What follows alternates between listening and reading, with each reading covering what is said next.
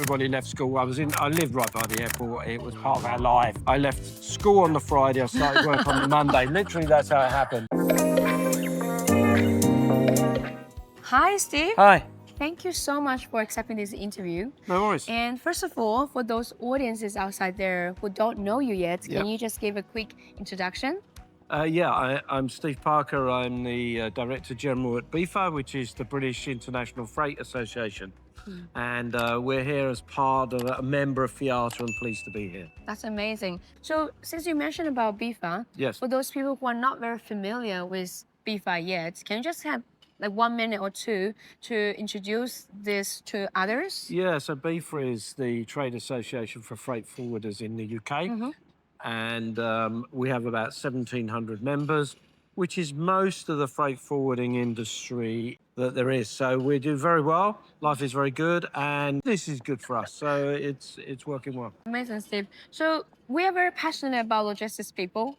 Particularly, we believe that many people are underestimated and not recognized, heard, or known because logistics has always been there from day one. We're all dinosaurs, right, in this industry. If you need to say to the world that you need to actually pay attention to logistics, what would be the words you say to others who don't understand or know about this industry? Look, in logistics has gone up in the profile of the world, really, of society. Yes. You know, the stuff that happened over the pandemic and COVID and all of that. All of a sudden, people realised that logistics played a part. You know, freight has to especially move. COVID. Yeah. You know, it raised the profile. Here in the UK, of course, not only did we have that, we also had Brexit. Yes. So, you know, there were companies who all of a sudden had to get involved in logistics and customs brokerage in a way that they didn't before. Yeah. So it raised the profile of our industry. And actually what I've been talking to our members about is keeping that profile. So I used to go and visit companies where I would meet the guy who did the freight forwarding or logistics. When it came to the pandemic or to Brexit, I was meeting the managing director because it was impacting their company. Yes. And what I'm saying is let's keep that level up so that we're actually meeting the people at the top of the businesses so that we get the best impact. So It's amazing. and I think there's an opportunity to do that, really. Yeah, that's amazing. Now, if there's an opportunity to recognize more people in the industry, because we actually have been publishing books and helping with their personal branding and everything. Now, the question is, because we're going to have a Logistics Legends Awards coming up as a neutral platform to recognize global leaders in this industry, will you be willing to support this? And will you call your members to stand up and say, hey, guys, you should be recognized? What's your words? It's an interesting point, actually. We do quite a lot of work at BIFA on trying to encourage people into the industry, promote them when they're in the industry so that they get trained and understand better. But we aren't perhaps so good at guys who've dedicated their lives to the industry and you know, people who have become, as you say, legends in the industry. And there are some of those who've given everything and deserve some sort of recognition. At BIFA, we do have our annual awards ceremony. Yes. And we do have, on occasion, like a lifetime award. But I like the fact there should be a structure. Thank you. We should be talking about that further, about this awards. And there'll be a number of people here that will do that would qualify. So exactly. Good to know. Now, the next thing, I want to know a little bit about you. How did you get into this industry? Oh, well, when I lived right near Heathrow Airport. So when I left school, to go and work at the airport was a pretty sort of thing that everybody did. So that's exactly what we did. I just went into the industry. It was quite easy, really. Oh, wow. Because everybody left school. I lived right by the airport. It was part of our life. So you always have that special connection with the airport and this industry stuff. 1973 I joined.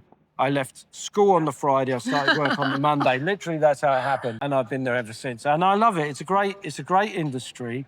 It provides a great career and a great opportunity to travel. I mean, I've been pretty much around the world doing this. So. Logistics is the most global industry in the world. Yeah, no, it's brilliant. Yes, it's really good. And the next question is for the younger generations. Yes. Since you've been quite successful in what you do, and also like BIFA has been running amazingly. Now, there are many young people outside there, they're not familiar about, number one, they're not familiar about the industry. Secondly, they're not familiar about how impactful this industry can be. And thirdly, they're not knowing how they can start something. What's your recommendation? I think there's an opportunity for all youngsters in our industry.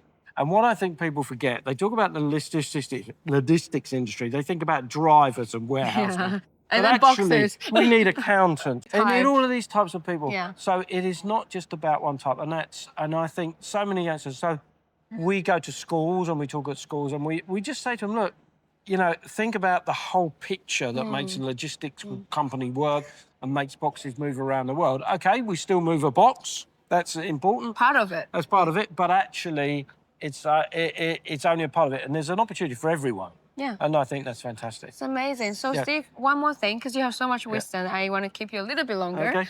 I want to ask you, when it comes to logistics networks, because right now you're running the network, and you must have been talking to many CEOs, just like I do. What will you say to those CEOs that the one biggest mistake that they made to run the business that's actually stopping them to break through? What I say to a lot of company owners, when they're manufacturing a product, they forget about the fact they've got to do something with it. They're very often very good at building something, making something, but actually, and you've got a market for that, but it's got to get from that build to the marketplace. That's where our members come in. So we can connect what you've produced to your customers, and we can do that very efficiently. And that's the bit I say to them. Look, think about the next step. It's good to build something, manufacture something, but actually you've got to deliver it to your customer. We can help. All right, the next question is, do you think personal growth is very important for all the people in this industry and leaders as well? Look, personal growth in any industry is important, but I'm also very aware that some people are quite happy doing their job. And, you need people in industry that will just do what they want to do. For me, I say to my boys, you've got to go to work every day, find a job you like. If it's one you like, then off you go. So it's different for everyone. I do agree. I like the idea that we give the opportunity for growth, but for some people, they're quite happy where they are. It's a choice. The choice is there, you make it. That's true. Now, do you believe to have mentors in life is very important, and why? Yeah, look, personally, I've had a number of mentors over the years doing different things, and they come and go in your life at different times, whether that's work or personal. I think that's just the way life is. And if you can find people who help develop you that you trust, because that's obviously crucial, then it's a great thing to do, and it's just a great way to move forward. So, it's amazing, Steve. The last, before you go, I want to ask you if you can use 60 seconds to give the best advice to anyone who looks up to you. Say, I want to be like Steve. What will be your sincere advice, and also for your children? My advice for my children is quite simple. My boys are grown up. If you can find it that does that for you, then that's fine, and that works a treat. Thank you so much, Steve. You have amazing wisdom to share.